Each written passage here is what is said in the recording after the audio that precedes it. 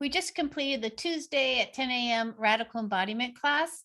And this week is about taking an inventory of your gifts, of your assets, of the things that you are proud of, that you accomplished, that what you're good at.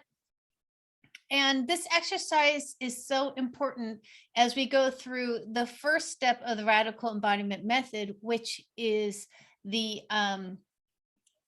reflection. So, taking the time to reflect on what you love about yourself, what your greatest strengths are, your accomplishments, and also what was the one big obstacle that you have overcome. Now, this is an important question, and many of us have many obstacles that we have overcome. But in this exercise this week, we are only really going to talk about one in your own life so we can dive deeper, right? Because sometimes we have a lot of things that we overcame, which is great. But to focus on one thing, and how did you overcome that obstacle? Now, that's the important part. Who were you being during that time that you were overcoming that obstacle, going through that obstacle? And that is where we get to dive deep into the values it took to get you through that obstacle. So it's important. There's a couple things that are important. One, it's important to know your strengths, what you like about yourself, and also what you have overcome.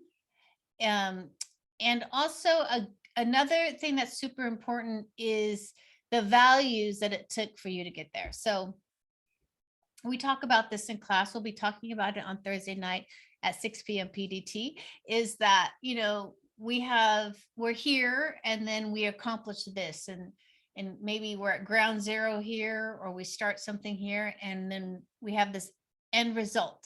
And oftentimes women say, oh yeah, I have a PhD, I have this certification, I have this and that, but I've got a family, but it's still not enough. It's no big deal. They don't really feel the accomplishment. And what happens is that the accomplishment is here where we started here, and in between here is this empty space. And the empty space is where you get to become empowered by what it took for you to accomplish that goal. Because oftentimes we think finishing the goal is the one that we should focus on. And that's the thing that brings us power. And that's the thing we need to embrace. But that's fleeting. What's not fleeting is what it took for you to get there. The values it took for you to get there. That's not fleeting. And as I was speaking earlier in the group, and we're talking and about, I don't believe in thinking positive. I don't think we have to think positive. I think we get to look back at what we did to accomplish something, because we own that, right? It's not something that is just out there and thinking positive. It's like, no, it's in here where the embodiment comes in. Our values live inside of us.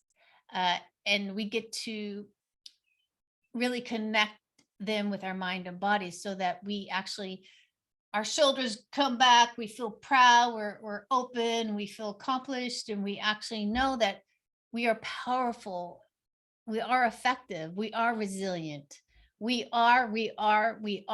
And then of course we ended with the meditation and your I am statements. So I hope that you can come on Thursday, because I think it's important for women to slow down, reflect, release, and re-envision, so you can radically embody that new vision and those values. So it's something to think about. One is 3 things that you like the most about yourself. What are your strengths? 2, what did you overcome in your life? And how did you overcome it? And 3, it's what are you good at? What are you good at? What gifts are you good at? And I think the fourth one we did was also, what are you proud of, like in helping others? How have you helped others, and what ways have you helped others? Because oftentimes we are more apt to help others than ourselves. So, how do you help others? What does that look like? What values do you use in that? And with that, I'm going to sign off because I want you there on Thursday with us in that free class. And the link is in this feed.